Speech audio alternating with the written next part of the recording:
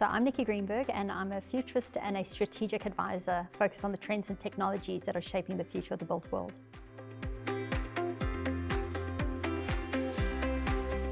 AI is already shaping CRE. It's a better technology, and because we use technology in every aspect of our work, whether it's acquiring a property or sending an email or whatever it might be. So AI is already shaping the way that we work. And then from the demand side, it's also shaping the expectations that our customers have. They're seeing AI speed up everything that they do in their everyday lives, and they're going to want that same expectation of convenience when it comes to their real estate strategy as well.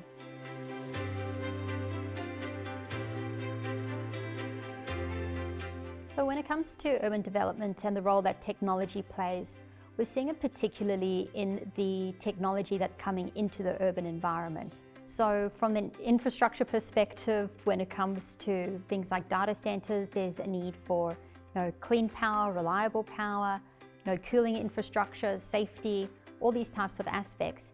But the real change is coming in, how does technology work within the built environment that already exists? And as the technology changes and the built environment stays stagnant, that's when we start to get a little bit of conflict, you could say, especially when it comes to robotics, mobility technology, and it's just something we need to be conscious of. When it comes to AI and robotics in the built environment, the city planners are having a bit of a renaissance, you could say, in terms of thinking about the way that these emerging vehicles and technologies are moving through cities. And we're seeing that play out in mobility, such as autonomous vehicles and the way that they're moving around, different passenger pickup and drop-off areas. We're seeing it play out in last mile, so robots delivering different packages. And we're also seeing it play out in UAVs, unmanned aerial vehicles, or as we like to say, drones. So the future of the skies and the future of the cities is really being enhanced and accelerated by AI. We've been digital since the 90s, and for leaders that haven't fully embraced the opportunity of digitizing the way that they work, it's a hard step to go from analog processes and an analog way of thinking into an AI world.